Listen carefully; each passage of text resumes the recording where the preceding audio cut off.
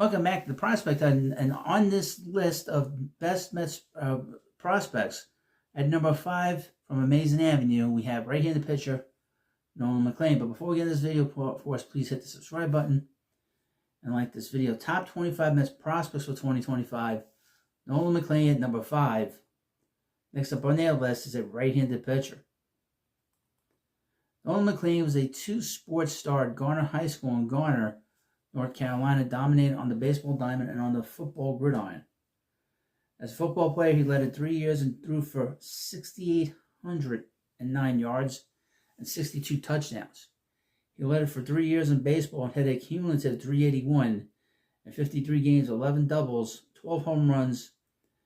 McLean also spent considerable time on the mound and posted a cumulative 2.05 ERA and 54 2/3 innings with 38 hits, 25 walks, and 88 strikeouts.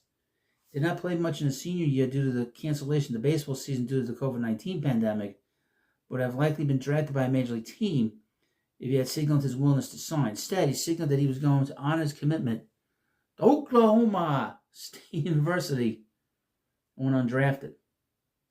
Part of McLean's interest in going to college was the ability to start for the OSU Cowboys as their quarterback. That fall, he joined the OSU football team as a walk-on quarterback, but not appeared in a game for them. In the spring, he appeared in 39 games for the Cowboys, missing some time from a back injury, and a .263 with 10 doubles, a triple, 8 home runs. In addition, he appeared in a pair of games on the mound, getting up 4 earned runs in 2 innings with 2 hits allowed, 4 walks, and 3 strikeouts. That summer, he played for the Chatham Anglers in the Cape Cod Baseball League and hit .261. That fall, when he returned to Oklahoma State University, decided to hang up his football pads for good. A draft-eligible sophomore, due to his age, decided to focus on baseball to give himself the best opportunity to go pro.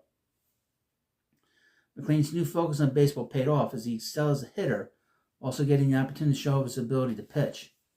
Splitting time between second and third, spending most of his time at third, he hit .285 with 16 doubles, 19 home runs. On the mound, he appeared in 23 games and posted a 4.97 ERA in 25 1/3 innings. The Baltimore Orioles liked what they saw and selected him with that third-round pick in the 2022 MLB draft.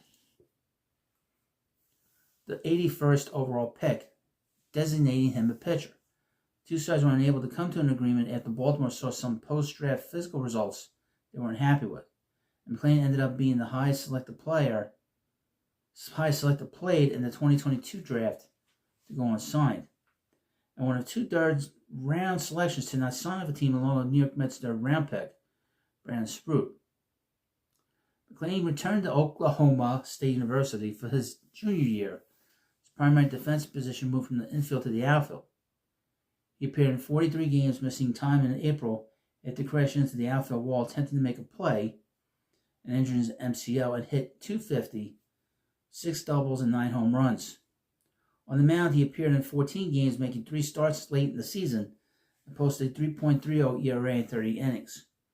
The Mets selected McLean in the 2023 MLB draft with their third-round selection, the 91st pick overall, and the two sides agreed to a $747,000 signing bonus, exactly the MLB's assigned slot value.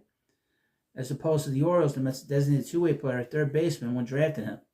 McLean split the rest of the summer with the FCL Mets and the St. Lucie Mets, appearing in 8 total games as a hitter and 2 as a pitcher. At the plate, he hit .175 with 1 home run.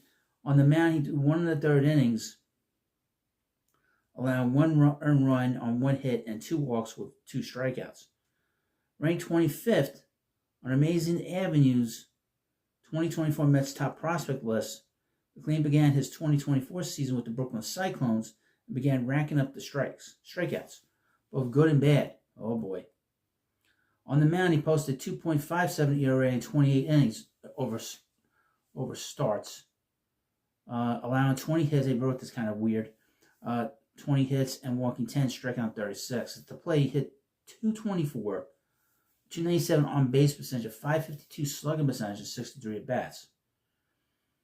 Of his 15 total hits, an astounding 12 went for extra bases. resulting in a Barry Bonzian 328 ISO. At the end of May, Mets promoted him to Double-A Binghamton, but he was sluggish out of the gate on the mound and continued struggling with the bat. By the end of June, the right-hander was hitting 1/4-59 and 63 at-bats with just 5 total extra base hits. The decision was made to end the experiment and for him to focus on pitching. McLean eventually settled down on the mound after a rough first month or so and ended up having a solid season with the Roma Ponies, posting a 4.19 ERA and 81 2/3 innings over 18 starts. The 6'2", 215-pound McLean has a sturdy frame for pitching, though the 109 2/3 innings he threw in 2024 were a career high for the right-hander.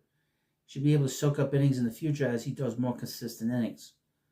On the mound, McLean throws from a 3/4 arm slot, his release point magnified even greater with his drop and drive delivery. The ball explodes out of his hand, heightened by its lower approach angle. His fastball sits in the mid to upper 90s, sitting 95 miles per hour in 2024 with Brooklyn and Binghamton, and topping out at 98 miles per hour. The pitch works best high in the zone and has easy, effortless velocity out of his hand. He complements his fastball mainly with a sweeping slider, occasionally mixing a changeup, cutter, and curveball. The slider is the best of the bunch, sitting in the mid to high 80s and have recorded spin rates over 3,000 RPM. The pitch can have excess of 20 inches of horizontal movement and he uses it against right-handed batters and left-handed batters alike, throwing away to right-handers to get them chasing and back-footing left-handers. Command is the only thing holding back scouts and evaluates from grading the pitch a true plus offering. McLean sometimes has trouble getting the pitch to go where he wants it to, thanks to all of the movement it has. His cutter sits in the high 80s to mid 90s, mainly uses it as a bridge between his fastball and slider, throwing off of his fastball as they tunnel well together and setting up his slider. His changeup, which sits in the mid 80s, also tunnels well with his fastball, but the pitch lacks the depth to be an effective swing and miss offering. Despite utilizing multiple grips to manipulate the shape of the pitch, it does not tempt batters and is mainly used as a change of pace offering to sneak one by batters who are sitting on velocity.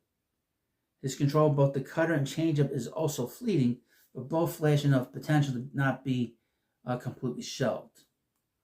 At the plate, prior to his focus being concentrated only on pitching, he showed tremendous power.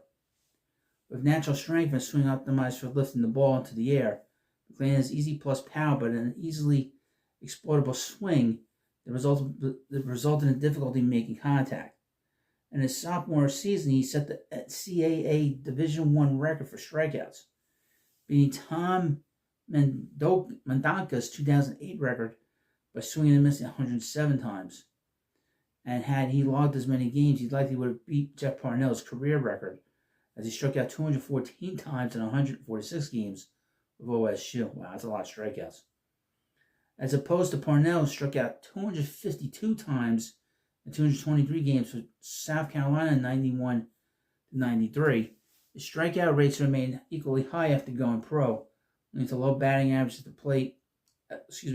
Low batting average at the lowest rungs of the minor leagues, and the organization's decision to make and have McLean develop only as a pitcher. So, Nolan McLean has a chance to be a very good player.